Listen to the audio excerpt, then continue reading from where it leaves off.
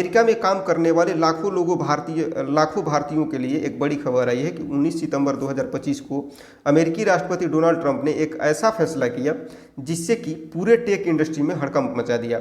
H1 visa के लिए अब $1 लाख यानी कि करीब 88 से 90 लाख रुपए की फीस देनी होगी।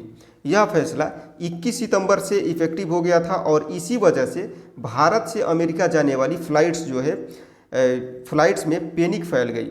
लोग समझ नहीं पा रहे थे कि यह रूल किस पर लागू होगा। क्या सभी H1 वीज़ा होल्डर्स को यह भारी फीस देनी होगी? क्या जो लोग वेकेशन पर भारत आए हैं वे वापस नहीं जा सकते? आज के इस डिटेल ब्रेकडाउन में हम इन सभी सवालों का जवाब देंगे और जानेंगे कि असल में यह रूल क्या है और इसका भविष्य क्या हो सकता है। देखिए, शुरुआती भ्रम और घबराहट की बात करें तो जब यह न्यूज़ सामने आई तो शुरुआत में बहुत बड़ा कन्फ्यूजन हुआ। Restriction on entry of certain non immigrant workers नाम से यह ऑर्डर जो है जारी हुआ था। किस नाम से जारी हुआ था? तो restriction on entry of certain non immigrant workers के नाम से यह जारी हुआ था। इसमें साफ तौर पर लिखा था कि H1 वीज़ा के लिए $100,000 की फ़ी अनिवार्य कर दी गई है। सबसे बड़ी समस्या यह थी कि इस ऑर्डर की लैंग्वेज बहुत कंफ्यूजिंग थी। शुरुआती घंटों में कई इमिग्रेशन लॉयर्स और कंपनीज जो है ने इनकी गलत व्याख्या की। उन्होंने समझा कि यह फ़ी अब उन H1B होल्डर्स पर लागू होगी जो अमेरिका से बाहर थे। इस गलतफहमी के वजह से हुआ क्या कि सैन फ्रांसिस्को इंटरनेशनल एयरपोर्ट पर एक एमिरेट्स फ्लाइट को घंटों रोकना पड़ा क्योंकि कई भारतीय पैसेंजर्स ने फ्लाइट से उतरने का फैसला किया। माइक्रोसॉफ्ट, मेटा और अमेजन जैसी बड़ी कंपनीज ने अपने एम्प्लॉयज़ को इमरजेंसी ईमेल्स भेजे कि वे तुरंत अमेरिका लौट आए। फ्लाइट्स प्राइसेस भी अचानक से बढ़ गए। इंडिया से अमेरिका के टिकट्स जो नॉर्मली 80 से 90 हज़ार के मिलते थे वे 2 से 3 लाख तक पहुंच गए। पैनिक सिचुएशन दिखाती है कि गवर्नमेंट पॉलिसीज में सडन चेंजेस का कितना बड़ा ह्यूमन इम्पैक्ट हो सकता है।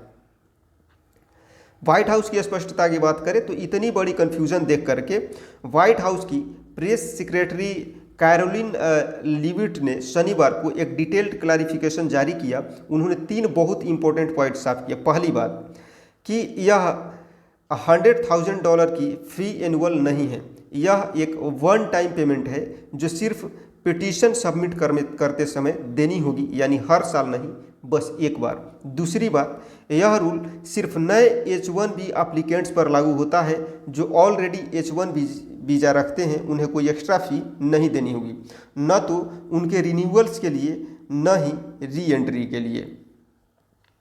तीसरी और सबसे महत्वपूर्ण बात ये कि जो करंट वीज़ा होल्डर्स इस अनाउंसमेंट के समय अमेरिका से बाहर थे, चाहे वे वेकेशन पर हो, बिजनेस ट्रिप पर हो या फिर फैमिली विजिट पर हो, वो बिना किसी टेंशन के नॉर्मली वापस जा सकते हैं। उनके एग्जिस्टिंग वीज़ा की वैलिडिटी पर कोई इफेक्ट नहीं होगा। यह क्लैरिफिकेशन सुन करके लाखों लोगों ने राहत की सांस ली, लेकिन फिर भी यह नया रूल H1B वीज़ा प्रोग्राम को कम्प्लीटली ट्रांसफॉर्म कर देता है। जो पहले फ़ी $2,000 से $5,000 तक होती थी, अब वह $100,000 यानी कि 20 से 50 गुना बढ़ गई है। असली नीति क्या है इसकी? तो अब सवाल यह है कि अमेरिकन गवर्नमेंट ने यह इतना ड्रास्टिक स्टेप क्यों उठाया। ऑफिशियल स्टेटमेंट के अनुसार इसका मेन पर्पस है H1B वीज़ा प्रोग्राम के सिस्टमेटिक यूज को रोकना। इसके अनुसार इसका मेन पर्पस है कि H1 वीज़ा प्रोग्राम में सिस्टमेटिक अब्यूज को रोकना। गवर्नमेंट का आरोप है कि कुछ कंपनीज, खास करके IT आउटसोर्सिंग फर्म्स, इस प्रोग्राम का मिसयूज कर रही हैं। वे अमेरिकन वर्कर्स को कम सैलरी वाले फॉरेन वर्कर्स से रिप्लेस कर रही है। इससे अमेरिकन वर्कर्स के वेजेज में गिरावट आ रही है और उनकी जॉब अपॉर्चुनिटीज़ कम हो रही है। एक शॉकिंग एग्जाम्पल दिया गया है। एक सॉफ्टवेयर कंपनी ने फाइनेंशियल ईयर 25 में 5,000 से ज़्यादा H1B वर्कर्स के लिए अप्रूवल लिया, लेकिन साथ ही 15,000 अमेरिकन वर्कर्स को ले ऑफ कर दिया। दूसरी IT फर्म ने 1,700 H1B अप्रूवल्स के लिए और ओरिगन में 2,400 अमेरिकन एम्प्लॉयज़ को निकाल दिया।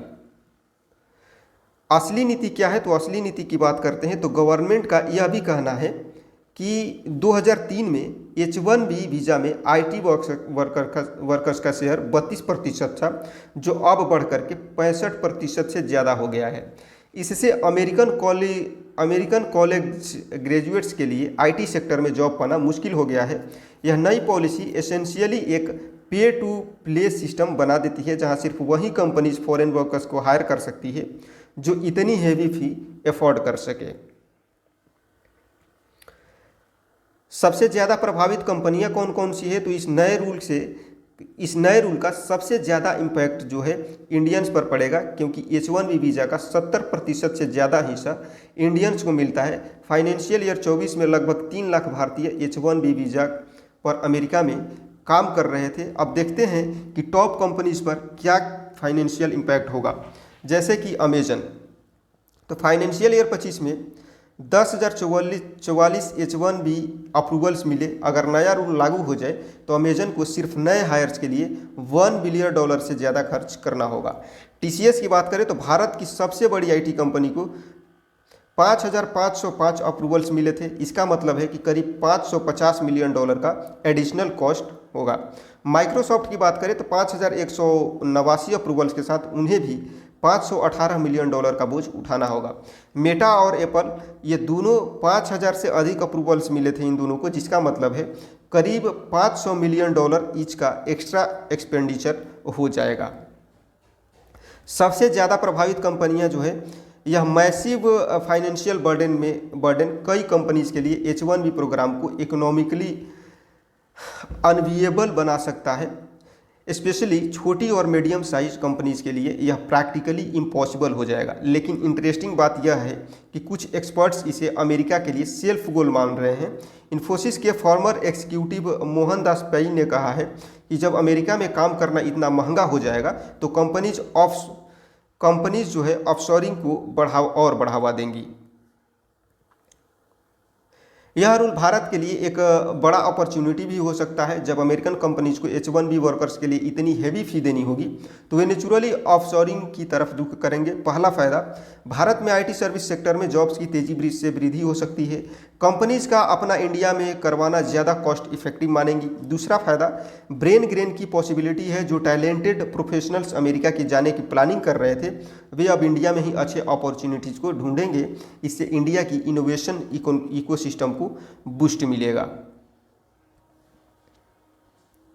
तीसरा फायदा, इंडिया स्टार्टअप्स और कंपनीज के लिए टैलेंट पूल बढ़ेगा। हाई स्किल्ड प्रोफेशनल्स की अवेलेबिलिटी डोमेस्टिक कंपनीज को होगा। चौथा फायदा, गवर्नमेंट ऑफ इंडिया को आत्मनिर्भर भारत और मेक इन इंडिया इनिशिएटिव्स को सपोर्ट मिलेगी। जब फॉरेन कंपनीज इंडिया में ऑपरेशन सेटअप करेंगी तो लोकल इकोनॉमी को बूस्ट मिलेगा। कई इंडस्ट्रीज एक्सपर्ट्स का मानना है कि यह शॉर्ट टर्म में चैलेंजिंग लगे तो भी लॉन्ग टर्म में इंडिया के लिए बेनिफिशियल हो सकता है।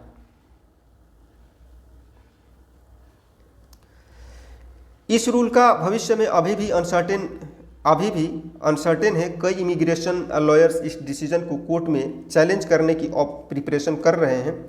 लीगल चैलेंजेस की बात करें तो लॉयर्स का आर्गुमेंट है कि प्रेसिडेंट के पास एग्जीक्यूटिव टैक्सेशन का अथॉरिटी नहीं है।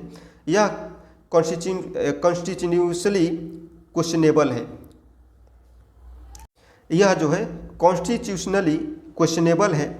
टाइमलाइन की बात करें तो यह रूल सिर्फ 12 मंथ्स के लिए इफेक्टिव है और सितंबर 20, 2026 को एक्सपायर होने वाला है। लेकिन फेडरेबल एजेंसीज इसकी रिव्यू करके प्रेसिडेंट को एक्सटेंशन की रिकमेंडेशन भी दे सकती है। इंडस्ट्री रिस्पॉन्स की बात करें तो टेक कंपनीज जो है अपनी स्ट्रैटेजीज री-इवैल्यूएट कर रही हैं। कुछ कंपनीज ऑलरेडी अपनी इंडिया ऑपरेशंस एक्सपैंड करने की प्लानिंग कर रही है। पॉलिसी इम्प्लीकेशंस जो है, यह रूल H1B वीज़ा प्रोग्राम के फंडामेंटल नेचर को चेंज कर देता है। अब सिर्फ स्किल बेस्ड नहीं रह गया बल्कि इकोनॉमिक कैपेसिटी बेस्ड हो गया है। अगर यह रूल परमानेंट बन जाता है तो अमेरिका की टेक इंडस्ट्री का लैंडस्केप कंप्लीटली चेंज हो सकता है। छोटी कंपनीज फॉरेन टैलेंट हायर नहीं कर पाएंगी, जबकि बड़ी कंपनीज को मैसिव कॉस्ट बियर करने होंगे। आज की इस डिटेल्ड एनालिसिस से हमने मेन पॉइंट्स समझे हैं।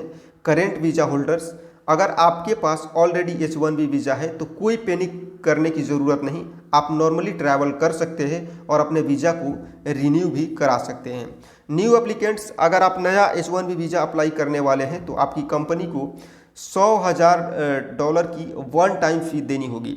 इंडियाज अपॉर्चुनिटी की बात करें तो यह चैलेंजिंग सिचुएशन इंडिया के लिए एक बड़ा अपॉर्चुनिटी भी बन सकता है। IT सेक्टर में जॉब्स बढ़ सकती है और ब्रेन गेन हो सकता है। टेम्पररी नेचर की बात करें तो यह रूल अभी 12 मंथ्स के लिए है, लेकिन इसका फ्यूचर लीगल चैलेंजेस और पॉलिटिकल डिसीजंस पर डिपेंड करता है। यह स्टोरी अभी भी ऑन गोइंग है और इसके फाइनल इम्प्लीकेशंस को देखना बाकी है। अपने फ्रेंड्स और फैमिली के साथ यह इन्फॉर्मेशन जरूर शेयर करें, खासकर उनके साथ जो अमेरिका में काम करते हैं या करने की प्लानिंग कर रहे हैं। ठीक है, मिलते हैं आपसे नेक्स्ट क्लास में, तब तक के लिए सबको जय हिंद।